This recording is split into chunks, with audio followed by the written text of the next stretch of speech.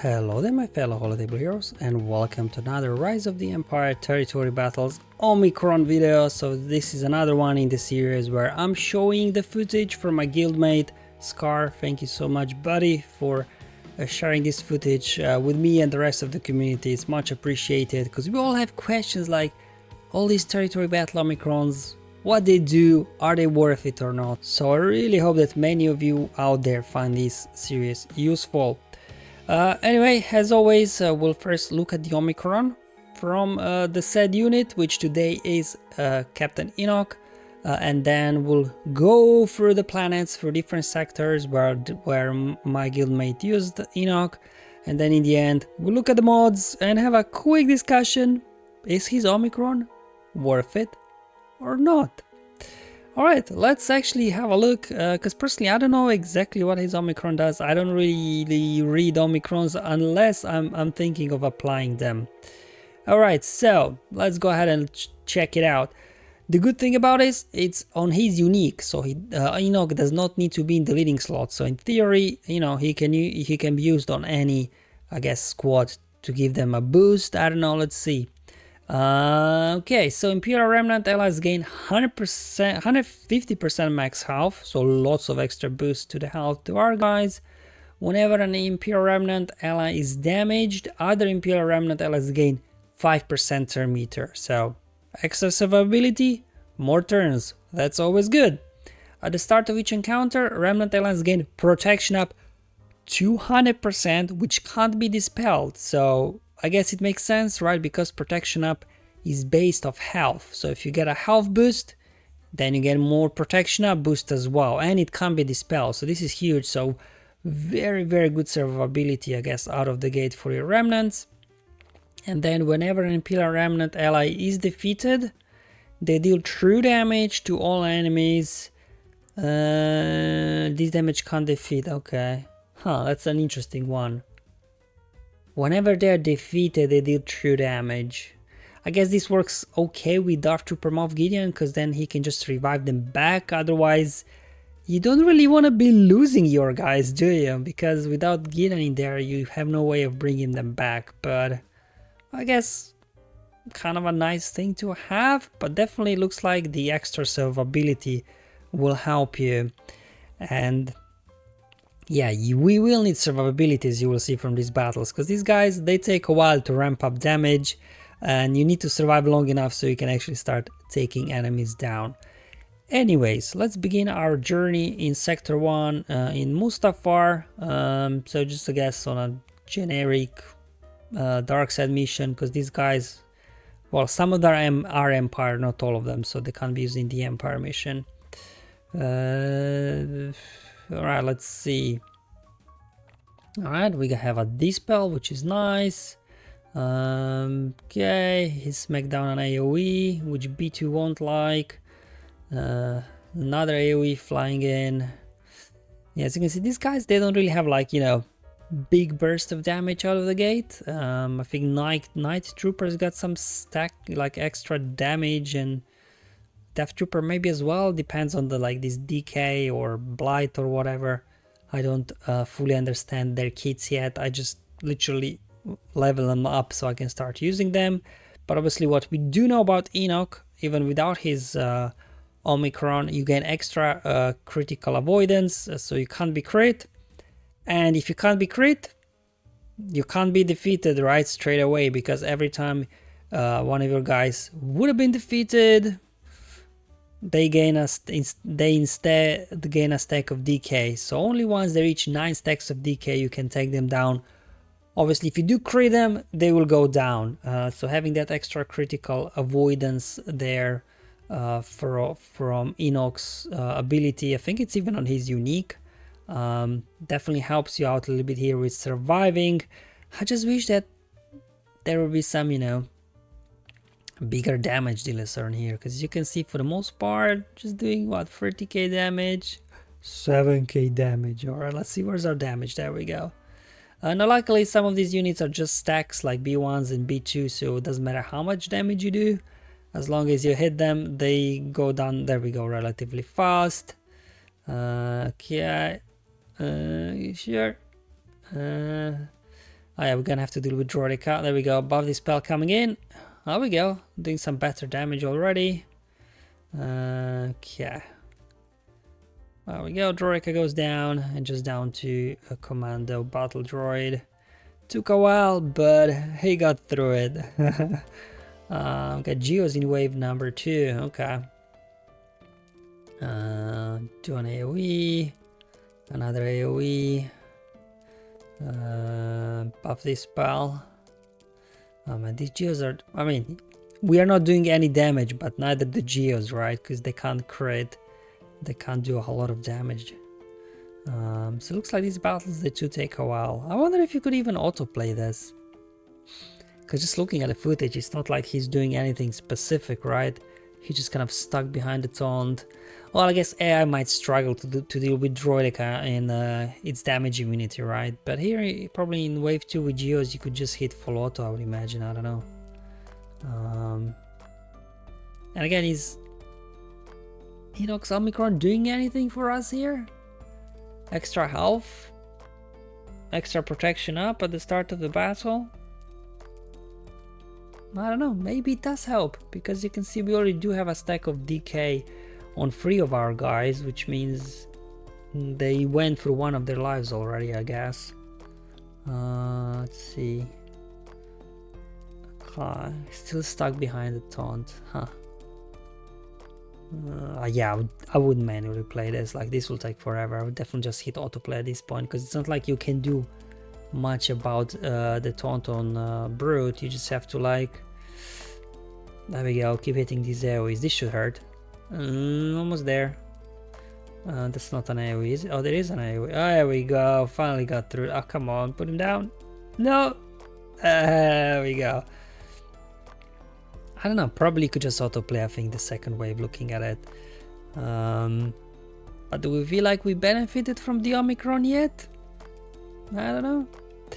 So let's move over to Geonosis now. So this is versus Reek. Again, we have to evaluate here if the Omicron is helping us win. Could we win with this without Omicron, to define the worth of the Omicron on here? It's a kind of repeat of the battle we've just seen, right? Stuck forever behind the taunt on GeoBrute. Alright, let's see. Well, I guess you could maybe mix in different Imperial Remnants in there to help with the damage, maybe like Death Trooper or something. Obviously, you could run Enoch under Dark Trooper Moff Gideon. That would probably be a better team. But I just, we had a discussion and asked him if he can try to use Enoch, not Dark Trooper Moff Gideon, really for 2 reasons. Dark Trooper Moff Gideon is a conquest unit, right? So maybe not everybody have him unlocked, especially the newer players. So just showing the fact that, Imperial Remnants without Dark Trooper Moff Gideon can do work in territory battles. I think this piece of information is useful. And number 2, if you got all your Remnants relic up, you potentially could have an Enoch squad and a Remnant squad if you obviously need that many squads. So just to see, what's the viability of these guys without, obviously, Dark Trooper Moff Gideon. Obviously, if you do have Dark Trooper Moff Gideon, probably he will be the better lead. And, then I think it'll help with the damage as well, because I think we do get stacking damage. But as you can see, no trouble here at all, and again, like, they're yet to burn through anybody. No stacks of DK on our guys, so I'm not really sure did Omicron make a difference here or not. Alright, let's move over to Dathomir now. This will be interesting. Do any of these guys have ways to prevent revives?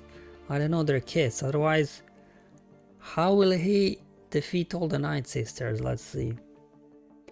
Okay, just, yeah, well, like all these battles, they start off slow, slowly, like we ramp up, more stacks of blight we have or something like that, isn't it? So I'm just gonna speed up the footage here, because yeah, no, we don't want to be here for an hour or 2, right? Okay, alright, so he got around the taunt from Zombie finally, she got a taunt back up. Looks like he's going after Initiate first, so Initiate is down. And she came right back up, right? So we'll see how will he get around the whole revive mechanic. Maybe one of these guys has an anti-revive, I don't know, we'll have to wait and see, I guess. Or will he just ramp up so much that a couple of AoEs will just finish everybody off? I guess the strategy here is if you're struggling with preventing revives, you just take out zombies so many times it doesn't come back, so they go. So now he only has 4 Night Sisters to take down within 10 turns. Well, combined turns between him and enemy, so probably still within 5 turns. Maybe if you can line up, you know, the Death Trooper, his Nibble ability where he gets bonus turns if he defeats somebody. Maybe that will be the key here. Here we go. Number 1. He wasn't able to keep it going. Okay. And of course there's Foresight on Spirit as well, which doesn't help. Let's see. Okay. Okay, smack an AoE. Ooh! Alright, just looks like I have to work them down and then let Night Trooper, you know, do a big AoE at some point. Now wave 2 could get tricky because Plague Rite goes under protection. So let's keep track here on the DK. Will it go up faster now that they can a little bit ignore our protection with damage from Plague? So far we are hanging in there, but again this is with Omicron active. Okay, yeah. Oof. Okay, we're hanging in there though, hanging in there.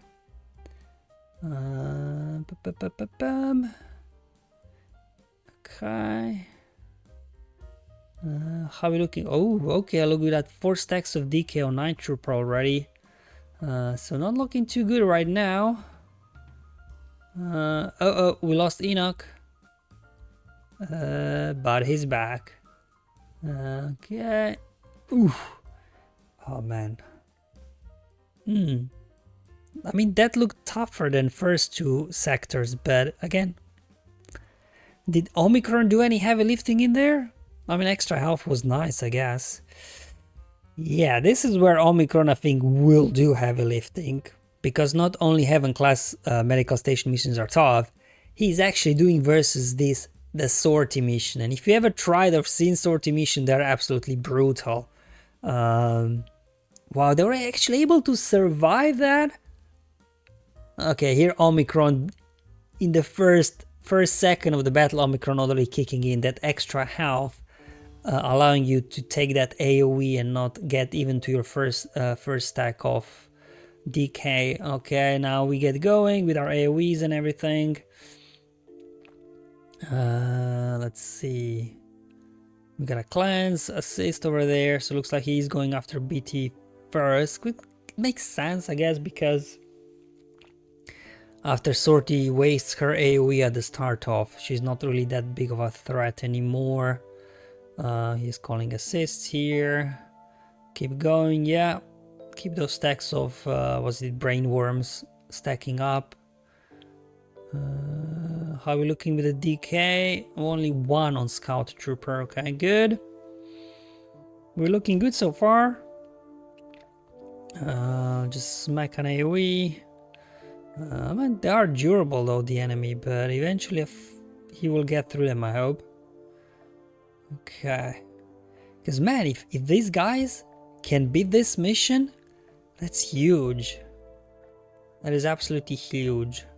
I mean, I've got like a Supreme with a Kylo Ren team that I showed it beats this reliably, but then you can use Kylo with other guys. You can use Malgus and Malak, right, with Sith Eternal, that makes his mission easier as well on Dathomir. Sorry, Dathomir here as well on Haven class. So this actually, there's no way he would hang in there for so long. Also remember, if you look at the health on Enoch, right? Enoch's not looking too good.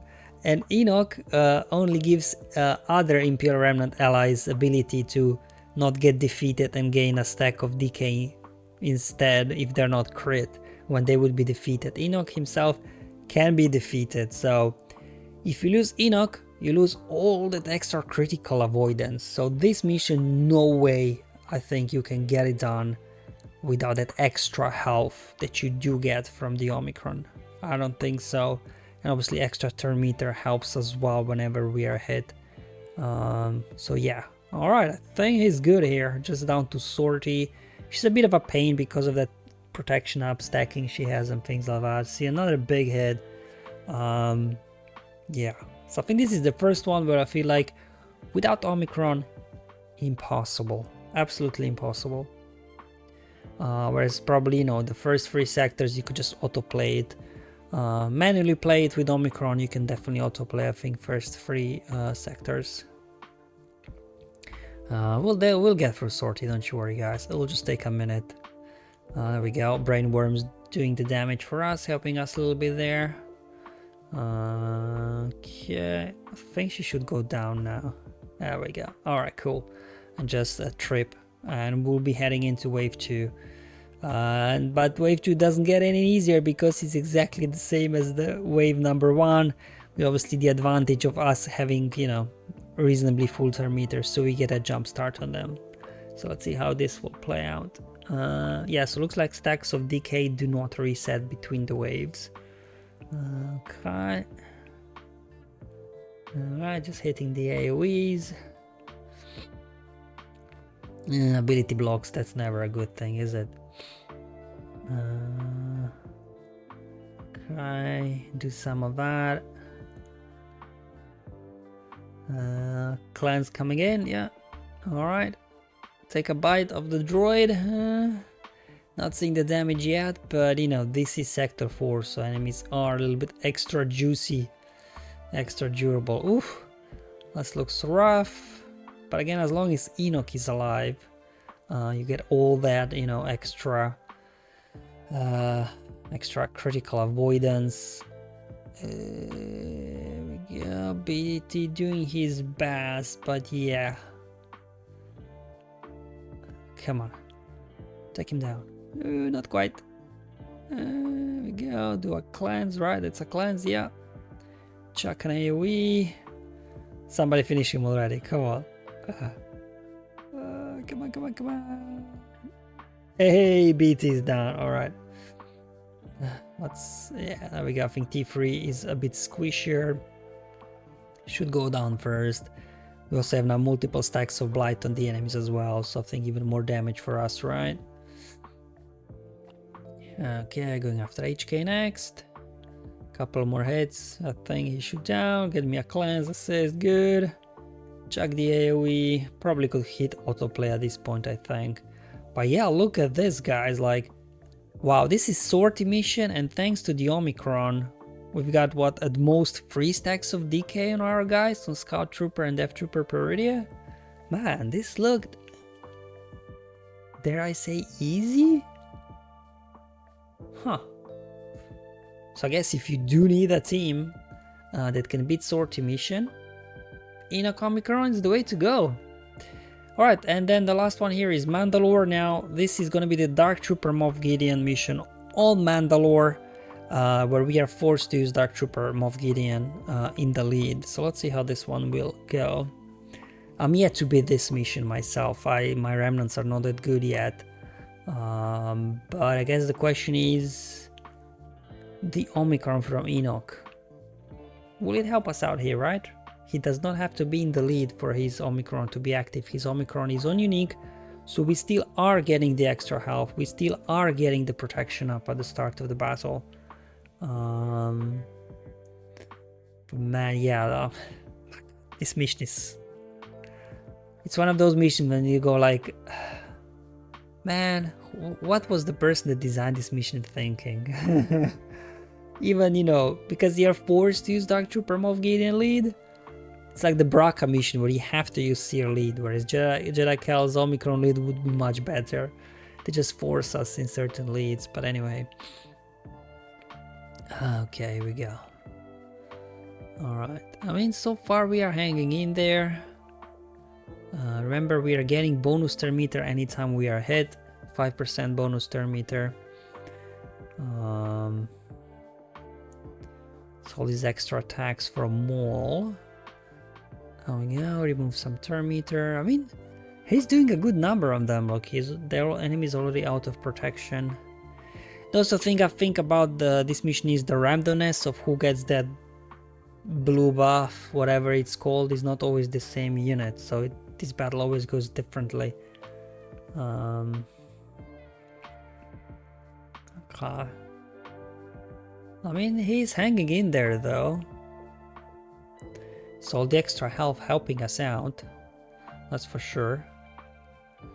Probably what, he gonna save the revive or he gonna use it? No, he's saving the revive if he needs it. Okay, and we are back to full health and protection. Wow, okay. Looks like this will take a minute, well, more like 10 probably. Yeah, still doing basic. He's saving the revive in case he needs it, or maybe he doesn't want to put a force taunt over on Dark Trooper Moff Gideon. That's why he's not using that revive ability, right? Because he doesn't want the Dark Trooper Moff Gideon to taunt, I guess. Okay, we got a call to assist, a bit of a cleanse going, another AoE coming in.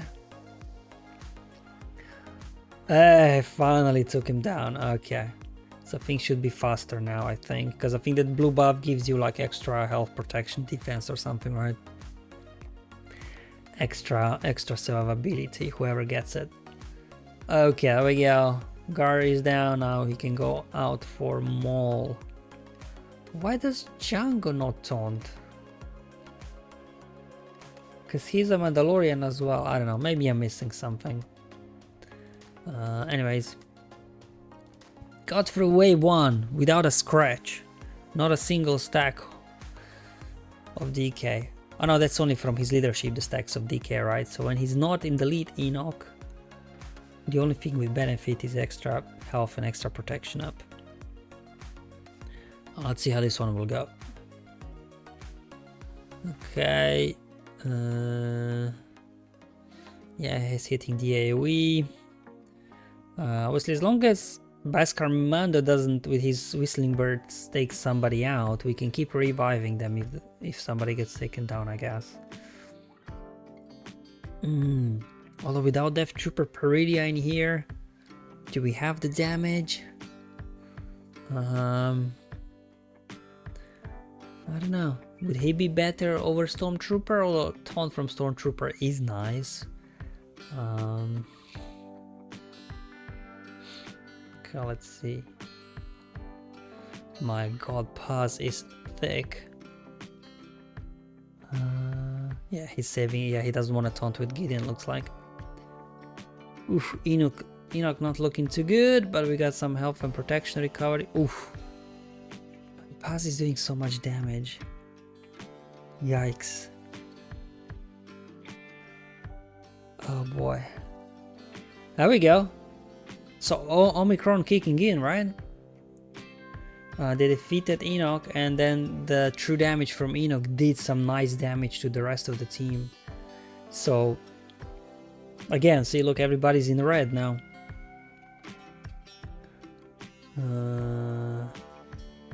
There we go. Okay. I mean, Paz is hanging in there. Oh, come on, one more hit. One more hit, come on, do it. Hey, and we got it. Nice. Nice, nice. Oh boy. Yeah, so actually, in first wave, Omicron didn't seem to do much, but in second wave, that true damage that initially I doubted that it would have any use, under Dark Trooper Moff Gideon, that then makes a lot more sense, right? Because then they get killed, they deal true damage onto the enemies, you can revive them, they can die off, deal damage to enemies again. So under Dark Trooper Moff Gideon, suddenly, you know, this makes a bit more sense, I guess. And as promised, let's look at the mods, and then we'll have a quick chat about what do we think about Enoch's Omicron, is it useful or not. So let's check out his mods. So looks like he's got him stacked with health, protection, just survivability, I guess. Same thing for Night Trooper, survivability. Okay, I think I've got mine modded for critical damage, but I guess for territory battles, survivability is more important, right? Because we are getting a health boost. The more health we have, the more survivability we got. Especially, man, versus the sortie mission, man. You need all the health you can get on these guys. But yeah, otherwise doesn't seem like anything too specific with modding here. So what do we think about Captain Enoch's Omicron? So let's go back. Mustafar, Geonosis, Dathomir, those 3 missions. Did Captain Enoch's Omicron do anything? Mustafar, I don't think so. You can just probably auto it even without Omicron. Geonosis as well versus Reek. I don't think that would be too complicated of a battle. Dathomir.